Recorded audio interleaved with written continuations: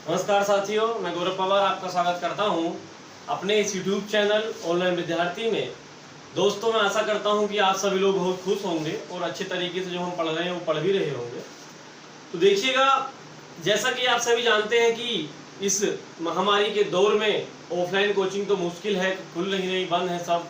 तो हमने क्या किया है कि एक श्रृंखला, जो मूल विधि की श्रृंखला एक स्टार्ट की है, और उस श्रृंखला को देखो हम लोगों ने कल एक लेक्चर देखा था कि किस तरह से अपराध क्या होता है, अपराध के लिए क्या क्या चीज़ जरूरी होती हैं, या तत्व क्या है, कानून क्या होता है, वो सब चीज़ हम लोगों ने कल डिस्कस की थी। तो देखिएगा, अब हम लोग क्या करते हैं, हम लोगों ने कहा था कि आईपीसी क्या है, सीआरपीसी क्या है, वो चीज़ हमने कल देखी थी। और आज हम देखो क्या करेंगे, आज हम आईपीसी को करेंगे शुरू से स्टार्ट किया। आईपीसी देखो कब से बनी और किस तरीके से बनकर आई, क्या क्या उसमें होता है, कौन सी धारा क्या कहती है। तो वो सब चीज़ एग्जाम के पॉइंट ऑफ व्यू से बहुत ही महत्वपूर्ण है। 511 धाराएं हैं, लेकिन वो हमको सब नहीं पढ़नी होती हैं। हम केवल मेन धाराओं पर ही चर्चा करेंगे। तो देखिएगा, कल एक मिस्टेक त्रुटि हो गई थी, इस त्रुटि को हम सही कर लेते हैं। देखो, तो मैंने आपको बताया था कल कि सीआरपीसी जो होता है, इसमें ना आपके 37 अध्याय होते हैं और 484 धाराएं होती हैं। तो कल क्या हुआ था, कल मिस्टेक से 584 हो गया। तो इसे आप जब नोट्स बनाएं तो इसे आप ठीक कर लेना, ठीक है। ये त्रुटि कल हो गई थी धोखे से। देखो, अगर हम बात करें अब कि अब आते हैं देखो लेक्चर पर कि किस तरीके से देखो है। तो देखिएगा, अगर हम बात करें कि देखो आईपीसी, कल हमने इस पर डिस्कस किया था। देखो, आईपीसी का मतलब होता है कि इंडियन पेनल कोड 1860 में ही बनी थी, तभी की हम चर्चा करेंगे। देखो, यह कह सकते हैं भारतीय दंड संहिता, ठीक, क्या कह सकते हैं, भारतीय दंड संहिता। मैंने आपको बताया था कि अगर कोई व्यक्ति अपराध करता है तो उसको आईपीसी के अनुसार दंडित किया जाएगा, ठीक है। अब वो कौन कौन से प्रावधान है जहां जहां दंडित किया जाएगा, वो देखो हम देखेंगे। अब देखिएगा, अगर हम बात करें आईपीसी की, तो शुरुआत कब से हुई, इतिहास क्या रहा इसका। देखो, तो जब हमारे यहाँ पर ब्रिटिश कंपनी आई वहां से, तो उसने क्या किया कि कुछ समय पर वो अपना एक चार्टर एक्ट लाती थी, और उसी में एक चार्टर एक्ट आया जिसका नाम था 1833 का चार्टर एक्ट। क्या था? 1833 का एक चार्टर एक्ट आया था। और इस 1833 के चार्टर एक्ट के तहत क्या हुआ कि अगर हम बात करें इस समय की, तो देखिएगा, इस समय जो गवर्नर जनरल बनाया गया था, या कह सकते हैं कि इस समय जो गवर्नर जनरल था वो था विलियम बेंटिक। गवर्नर जनरल कौन था इस समय? जो गवर्नर जनरल था वो कौन था इस समय? विलियम बेंटिक था, ठीक। कौन था? विलियम बेंटिक जो था वो इस समय गवर्नर जनरल था। वैसे ये जब 1833 का चार्टर एक्ट आया था, तो इस एक्ट के माध्यम से क्या हुआ, देखो, इस एक्ट के माध्यम से कि जो बंगाल का जो गवर्नर जनरल था उसको संपूर्ण भारत का गवर्नर जनरल बना दिया गया। या सॉरी, कह सकते हैं कि ये जो था भारत का पहला गवर्नर जनरल था। क्या था? देखो, यह कह सकते हैं कि ये पहला गवर्नर जनरल भी था जो आपका ये था, ठीक। बात यहां तक क्लियर की हम लोगों ने। देखिएगा, अगर हम बात करें यहां से आगे के लिए कि जो विलियम बेंटिक था, इसने क्या कहा, इसने क्या करा कि 1834 में प्रथम विधि आयोग को गठन किया। क्या करा गया इसने क्या करा, इसने एक विधि के लिए, कानून बनाने के लिए इसने एक अपना विधि आयोग स्थापित किया। और कब स्थापित हुआ? ये जो विधि आयोग था वो 1834 में बनाया गया था। अगर हम बात करें इस विधि आयोग की, तो इसमें देखो 4 सदस्य थे। कितने थे? इसमें 4 सदस्य थे, और इसके जो अध्यक्ष थे वो थे लॉर्ड मैकाले। अध्यक्ष कौन थे इसके? देखो, अध्यक्ष जो थे वो थे लॉर्ड मैकाले, ठीक है। और कंडीशन क्या बन के आई कि जो लॉर्ड मैकाले थे, ये क्या रहे, इसके अध्यक्ष रहे। वो किसके लिए प्रथम विधि आयोग बनाया गया था? देखिएगा, अब होता क्या है कि जो ये विधि आयोग बनकर आया प्रथम, इसने क्या करा, देखो, इसने 2 मई 1837 को अपनी रिपोर्ट दी। क्या करा इसने? 2 मई 1837 को इसने अपनी रिपोर्ट की, और रिपोर्ट देने के बाद कहा गया इसमें कि भैया अभी आपको क्या करना है, अभी आपको रिपोर्ट में सुधार करना है। क्या करना है, ये बात नहीं मानी गई और कहा गया कि रिपोर्ट में क्या करो, रिपोर्ट में सुधार करो। और जब रिपोर्ट में सुधार हुआ मतलब फिर क्या हुआ, फिर दोबारा से ये मतलब गठन हुआ इसका, और दोबारा से क्या करा, दोबारा से लॉर्ड मैकाले की अध्यक्षता में जो विधि आयोग ने अपनी रिपोर्ट तैयार की, दोबारा रिपोर्ट दी। और रिपोर्ट देने के बाद देखो क्या हुआ, रिपोर्ट देने के बाद 6 अक्टूबर 1860 को ये क्या हुआ, ये पारित हो गया। और जब ये पारित हुआ था तो उस समय जो हमारे यहाँ के हुआ क्या था कि उस समय देखो 1857 में क्रांति हुई थी।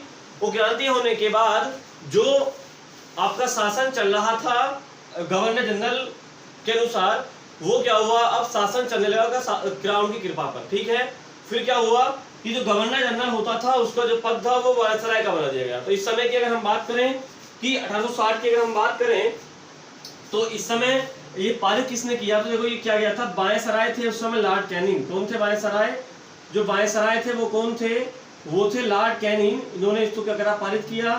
और जब ये 1860 को पारित हो गया, 61 में भारत आया। और भारत आने के बाद अगर हम बात करें तो क्या हुआ, देखो ये कि 1 जनवरी 1862 से क्या हुआ, ये लागू हो गया।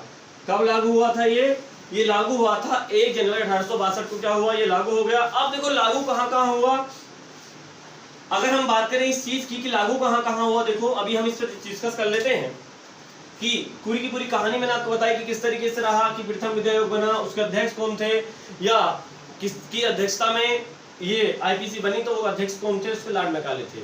बात यहाँ तक क्लियर की हम लोगों ने बहुत आसान तरीके से वो चीज समझ रहे हैं। अब देखो अगर हम बात करें इसके आगे के लिए तो आप देखेंगे इसमें कि जो आईपीसी है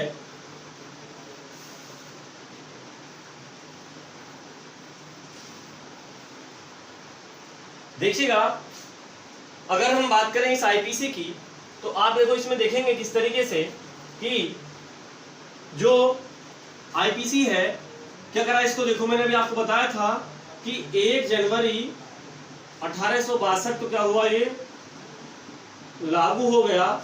लेकिन अगर हम इसमें बात करें तो ये क्या हुआ, देखो जम्मू एंड कश्मीर को छोड़कर संपूर्ण भारत में लागू हुआ। कहां लागू हुआ था, ये जम्मू एंड कश्मीर को छोड़कर संपूर्ण भारत में लागू हुआ था। लेकिन अब देखो हुआ क्या था कि अब तो कैसे क्या हुआ है, देखो कि अब कंडीशन क्या बन के आई कि इसके तहत अगर हम बात करें कि जम्मू कश्मीर में उस समय को क्या था, तो उस समय की अगर हम बात करें तो देखिएगा कि जम्मू कश्मीर के एक राजा थे, जम्मू कश्मीर के राजा थे, इनका नाम था रणवीर। रणवीर के नाम पर रणवीर पैनल कोड चलता था। क्या था, रणवीर पैनल कोड था। ठीक, जो ये रहा आपका कह सकते हैं इसमें कि 1932 से 2019 तक रहा ये। ठीक है, यानी कि कह सकते हैं कि अभी आपको पता होगा कि जम्मू कश्मीर के लिए हमारे यहाँ पर क्या था, अनुच्छेद 370 के तहत अलग प्रावधान दिया गया था। लेकिन हुआ क्या है कि 5 अगस्त 2019 को ये हटा दिया गया है। ठीक, और ये जो आपका आईपीसी है ये 31 अक्टूबर 2019 से अब क्या हुई है, संपूर्ण भारत में लागू हो गई है। क्या हुआ है, ये 31 अक्टूबर 2019 से क्या हुआ है, ये संपूर्ण भारत में लागू हो गई है।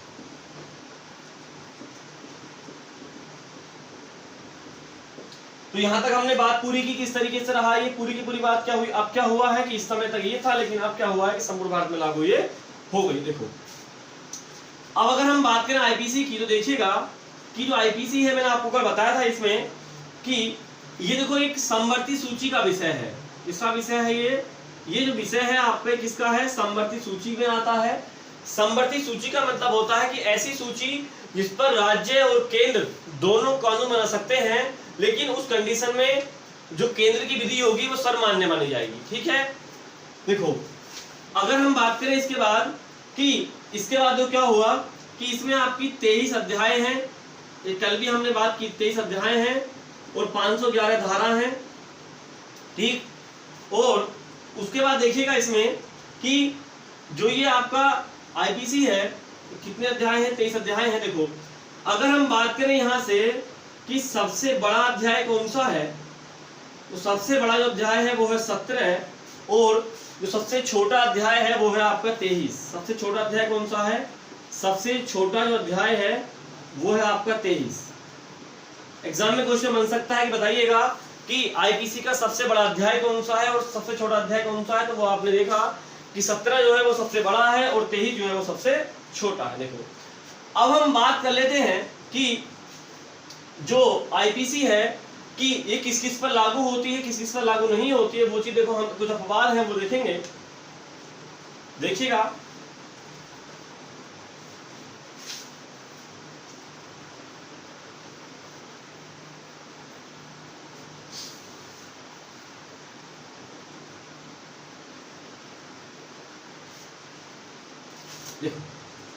अब आप एक चीज समझे पहले कि मैंने कहा कि ये भारत का दक्षिणी हिस्सा है। ये क्या है? भारत का दक्षिणी हिस्सा है, और इधर भी समुद्र है। ये क्या है? इधर ये समुद्र है, और आपका इधर भी समुद्र है। ठीक, ये क्या है? समुद्र है दोनों तरफ। तो देखिएगा, एक शब्द होता है कि समुद्र में जब हम दूरी ये वाली नापते हैं, क्या होता है कि समुद्र में जब चलते हैं इधर की तरफ को हम, तो जब दूरी नापते हैं तो उसके लिए एक शब्द होता है, इसको हम बोलते हैं समुद्री मील, या इसे हम कह देते हैं नॉटिकल मील। क्या कहते हैं इसको? हम नॉटिकल मील कहते हैं। ठीक, और एक नॉटिकल जो मील होती है वो आपका 1852 मीटर की होती है। ठीक, कितनी होती है? तो समुद्र में जो ये लागू होती है, देखो ये होती क्या है कि समुद्र में ये जो लागू आपकी विस्तार है इसका, तो समुद्र में जो विस्तार है इसका वो है 12 नॉटिकल मील तक। क्या है इसका विस्तार? यानी कि अगर समुद्र में हम 12 नॉटिकल मील तक जाएंगे, मतलब कि 12 नॉटिकल मील तक अगर कोई व्यक्ति अपराध करता है तो उस पर आईपीसी के अनुसार मुकदमा चलाया जाएगा। ठीक, अभी इतनी बात आप समझेंगे तो कह सकते हैं। देखो, इसका विस्तार की अगर हम बात करें आईपीसी की अगर, तो कहाँ है? देखो, ये जल में क्या है, यानी कह सकते हैं समुद्र में। ये क्वेश्चन अभी जो एग्जाम 2017 में हुआ था आपका, उसमें आया था विस्तार समुद्र में कहां तक है? विस्तार समुद्र में जो है इसका वो कहां तक है कि 12 समुद्री मील तक है। कहां तक है विस्तार इसका? 12 समुद्री मील तक इसका विस्तार है। ठीक, अब देखो, अब अगला क्वेश्चन आता है एग्जाम में कि बताइएगा कि ऐसे कौन कौन से देश हैं जिनकी आईपीसी लॉर्ड मैकाले की आईपीसी के पर आधारित है। तो आप देखेंगे, ये भी क्वेश्चन एग्जाम में आया था, तो आप देखेंगे इसमें कि सिंगापुर, ब्रुनई, श्रीलंका, और उसके बाद म्यांमार, मलेशिया।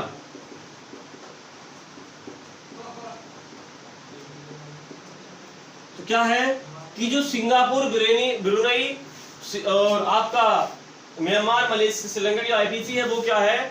वो हमारी आईपीसी के अनुसार ही है। ठीक है, एग्जाम में आ सकता है क्वेश्चन, आपको 3 विकल्प दे देगा, वो सही वाले एक कहेगा निम्न में कौन से में नहीं है, तो आप उसको लगा सकते हैं। ठीक, बात क्लियर हुई आपकी यहाँ तक? देखो, अब हम बात करते हैं कि अपवाद क्या क्या है इसके। क्या बात करते हैं हम लोग कि आईपीसी के अपवाद हैं, यानी कहाँ कहाँ ये लागू नहीं होती है, ऐसे कौन कौन से व्यक्ति हैं जिन पर आईपीसी के अनुसार मुकदमा नहीं चलेगा। तो देखिएगा कि इसमें देखो, नंबर 1 कह सकते हैं आप राज्यपाल है और राष्ट्रपति है। ठीक, राज्यपाल, राष्ट्रपति। देखो, इसमें ये एक अनुच्छेद संविधान का 361 है। अनुच्छेद 361 में कहा गया है कि अगर कोई राष्ट्रपति और राज्यपाल अपने पद पर कार्यरत हैं तो उन पर क्या होगा कि उन पर उस समय क्या होगा, मुकदमा नहीं चलाया जाएगा। ठीक, तो ये क्या हुआ, ये बच जाते हैं, इन पर नहीं चलता है, अपवाद में है ये वाली बात। आगे देखो, अब हम बात करते हैं अगली कि जो विदेशी राज्यों के अध्यक्ष आते हैं हमारे यहाँ, विदेशी राज्यों के अध्यक्ष। ठीक, नंबर 3 अगर हम बात करें इसमें, नंबर 3 बात ये है कि जो राजदूत होते हैं, कौन होते हैं, जो राजदूत होते हैं, ठीक, उन पर भी नहीं चला सकते आप कि हर एक देश का, से मानो भारत का राजदूत किसी और देश में होता है, इस तरीके से रहता है, तो वो क्या होता है, उन पर भी नहीं चलाएंगे, आईपीसी का नहीं चलेगा। अगली बात इसमें आती है कि युद्ध की स्थिति में शत्रु की सेना, युद्ध की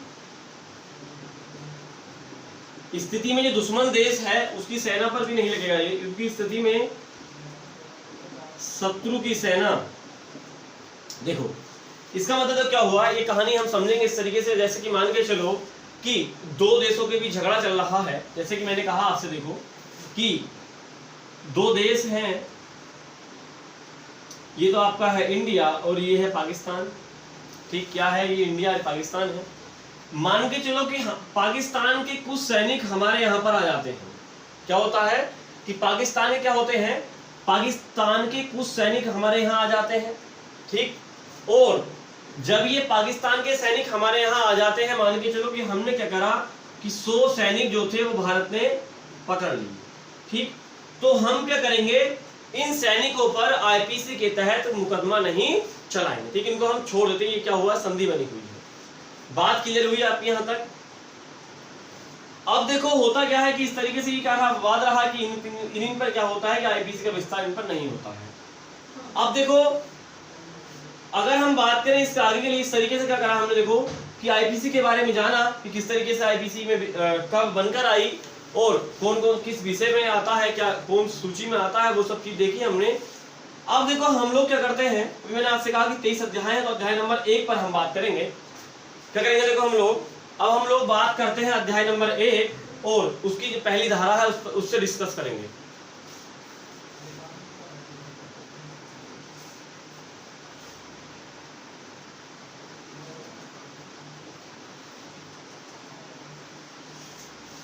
तो देखिएगा, अगर हम बात करें इसके बाद, देखिएगा इसमें किस तरीके की चीजें आती हैं। तो 23 अध्याय है, देखो अगर हम बात करें अध्याय नंबर 1 की, क्या बात करें हम, अगर हम बात करें अध्याय नंबर 1 की, तो आप देखिएगा इसमें कि इसमें जो है प्रस्तावना दी हुई है। इसमें क्या है, इसमें प्रस्तावना है और धारा 1 से 5 तक है। इसमें किस धारा से लेकर है, धारा 1 से 5 तक हमको इसमें पढ़ना है, ठीक। अध्याय 1 किससे संबंधित है, अध्याय 1 में प्रस्तावना दी हुई है, तो प्रस्तावना से संबंधित है। और कौन कौन धाराएं आती है इसमें, धारा 1 से 5 तक है ये, ठीक। अब देखो, अब हम बात करते हैं कि धारा, इसकी धारा पहली क्या कहती है, देखो धारा नंबर 1 क्या कहती है, देखो इसमें जो धारा 1 है उसमें दिया गया है कि आईपीसी का विस्तार कहां तक है, आईपीसी का विस्तार, और जो आईपीसी है इसका नाम कह सकते हैं संहिता का नाम, मतलब कि भाई जो आईपीसी बनी इसका नाम क्या होगा, इसका नाम होगा भारतीय दंड संहिता। तो ये किसमें दिया गया है, ये आपका धारा 1 में बताया गया है। देखिएगा, अभी मैंने आपसे कहा विस्तार वाली बात की, विस्तार वाली बात मैंने आपको बताई है पूरी की पूरी। ये देखो जल, थल और वायु तीनों विस्तार है, ठीक। मैंने आपको बताया जल में कहां तक विस्तार होता है, इसको देखो जल में होता है 12 समुद्री मील तक। कहां तक विस्तार है इसका, 12 समुद्री मील तक विस्तार है। ये बात अभी मैं आपको समझा चुका हूं अच्छी तरीके से, ठीक। और उसके बाद देखो अभी मैंने आपको बताया था ये, तो ये क्या है, देखो ये अब क्या है, ये संपूर्ण भारत में लागू है। ये कहाँ है, संपूर्ण भारत में लागू है, ठीक। कब से लागू हुई कि 31 अक्टूबर 2019 से ये क्या हुई है, संपूर्ण भारत में लागू हुई है। जम्मू कश्मीर को जो है पहले नहीं था वहां पर लागू, लेकिन अब क्या है वहां पर लागू हो गई है। अब देखेंगे हम कि इसमें अब आती है धारा नंबर 1 वाली, हमने बात पूरी की। 1 में क्या है कि आईपीसी का विस्तार है कि इसका विस्तार कहां तक होगा, ठीक। और नंबर 2 संहिता का नाम, मतलब कि इसका जो नाम है भारतीय दंड संहिता, वो किससे बताया गया है, वो आपको बताया गया धारा 1 में। मतलब कि भारतीय दंड संहिता क्या होगा, इसका नाम होगा भारतीय दंड संहिता। तो इसी किस में है, धारा 1 में है। बात यहां तक क्लियर हुई आपकी। देखो अब हम लोग आगे की तरफ बढ़ते हैं इसमें, और इस तरह से बढ़ेंगे कि धारा 2 क्या कहती है उस पर देखो हम चर्चा करते हैं। तो नंबर 1 धारा क्लियर हुई आपकी, ठीक। अच्छे तरीके से नोट्स बनाए आप, और जो मैं पढ़ा रहा हूं इससे बाहर जो है आईपीसी के अंदर आना बहुत मुश्किल है।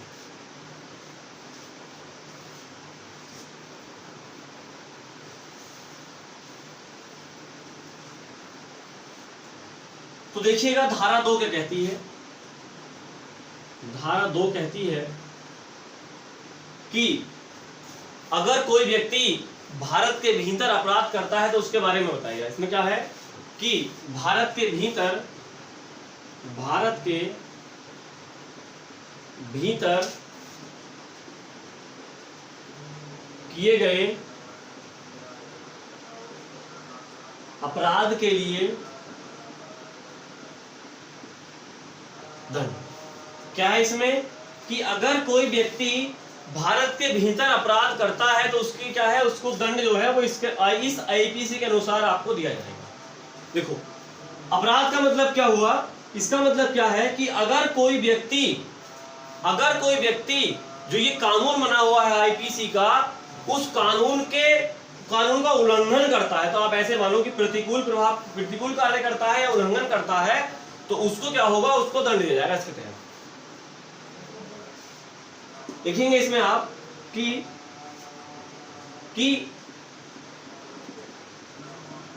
संहिता के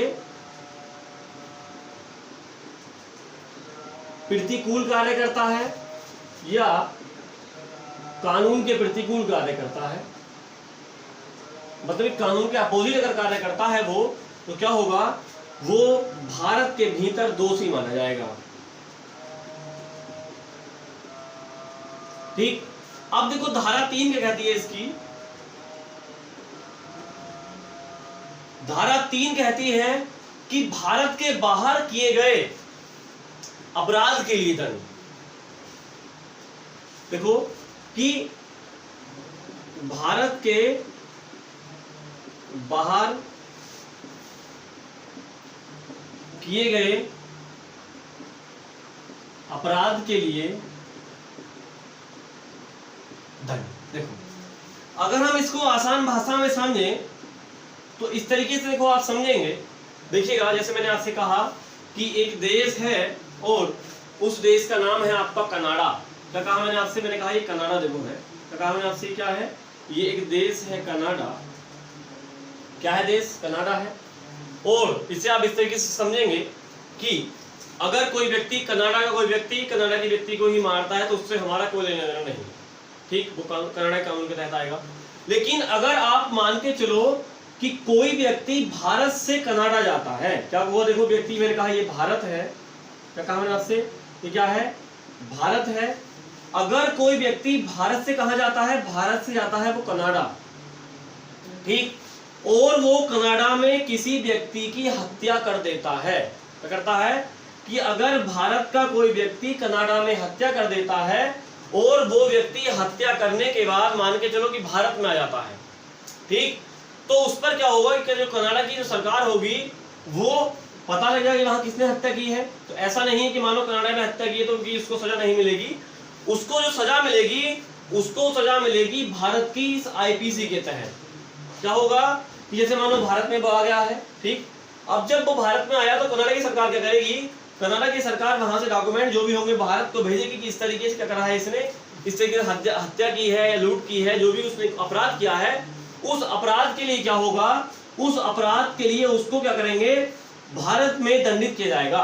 क्या होगा, उसको उस अपराध के लिए करेंगे, उसको भारत में दंडित करेंगे, ठीक। तो बात यहां तक क्लियर, मतलब भारत का कोई व्यक्ति अगर भारत के बाहर अपराध करता है तो उसको भारत की संहिता है उसके अनुसार ही दोषी ठहराया जाएगा, ठीक। बात यहां तक क्लियर की हम लोगों ने। अब देखो हम आते हैं धारा 4 पर। इसकी धारा 4 क्या कहती है,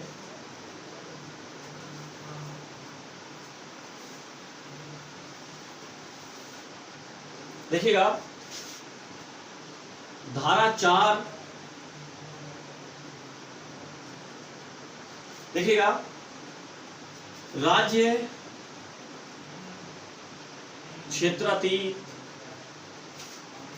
अपराधों पर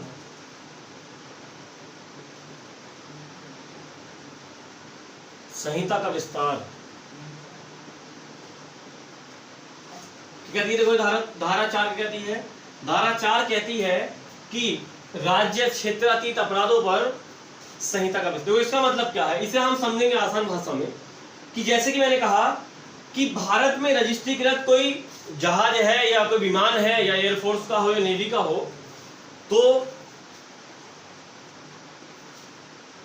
देखिएगा भारत में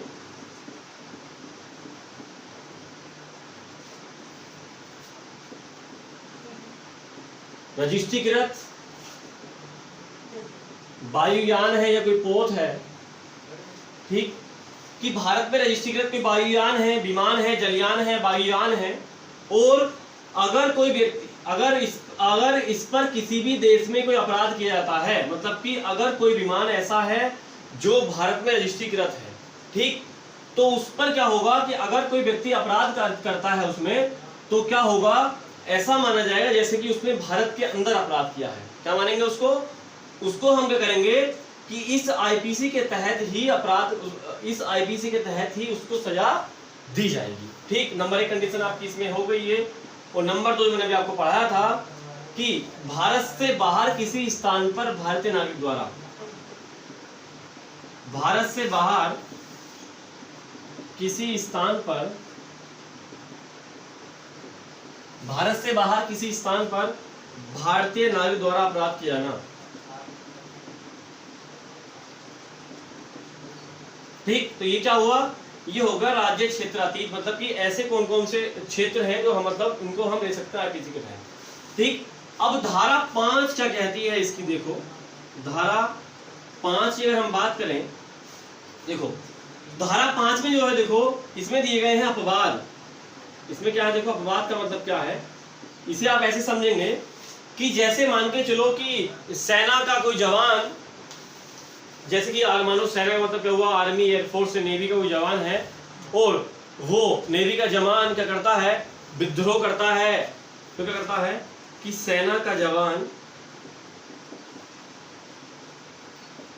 विद्रोह करता है, तो इस कंडीशन में क्या होगा, देखो इस कंडीशन में ये होगा कि इस कंडीशन में उसको सजा है वो आईपीसी के अनुसार नहीं मिलेगी। क्या होगा इस कंडीशन में, देखो इस कंडीशन में जो सजा है वो क्या होगी, सजा जो होगी वो आईपीसी के अनुसार नहीं मिलेगी। क्या होगा, देखो इसमें सजा है वो क्या होगी, सजा आईपीसी के अनुसार उसको नहीं मिलेगी। सजा क्या होगी, उसको आईपीसी के अनुसार नहीं मिलेगी। और इस सजा के लिए तो क्या प्रावधान होगा, इस सजा के लिए उनका अलग से कह सकते हैं मार्शल कोर्ट होते हैं, मार्शल कोर्ट या सैनिक न्यायालय, उस सैनिक न्यायालय के लिए, उस सैनिक न्यायालय के द्वारा जो है उसको दंडित है। कहते हैं कि साथ सेना का जो होता है, आर्मी, इनके सबका अपना अलग कोर्ट होती है, तो उनका अलग कोर्ट मार्शल कोर्ट होता है।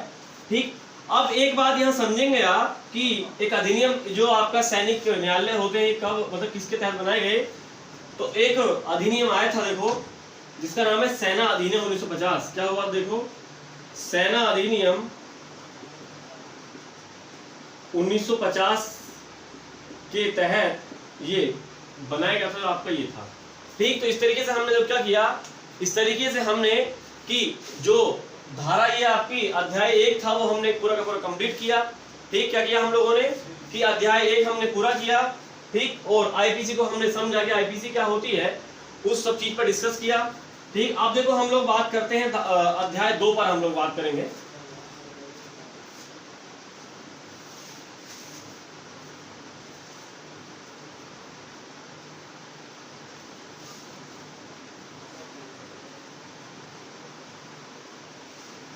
देखिएगा अगर हम बात करें अध्याय 2 की,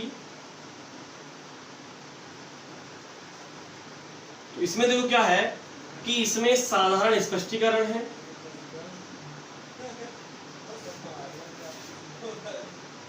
या हम कह सकते हैं कि इसके तहत जो डेफिनेशन है वो दी गई है। क्या हुआ है इसके तहत जो शब्द हैं उनकी परिभाषाएं दी गई हैं। क्या कह सकते हैं, इसमें स्पष्टीकरण कह सकते हैं कि परिभाषाएं जो है वो इसके तहत दी गई हैं। क्या कह सकते हैं कि जो परिभाषाएं हैं वो दी गई हैं। इसमें क्या है कि जो परिभाषाएं हैं, जो डेफिनेशंस हैं वो दी गई हैं इसमें। देखो अगर हम बात करें इसकी, तो जो आपका अध्याय 2 होता है ये धारा 6 से और बामन तक है। कहाँ तक है ये? धारा 6 से कहाँ तक है ये? बामन तक है। किस तक है ये?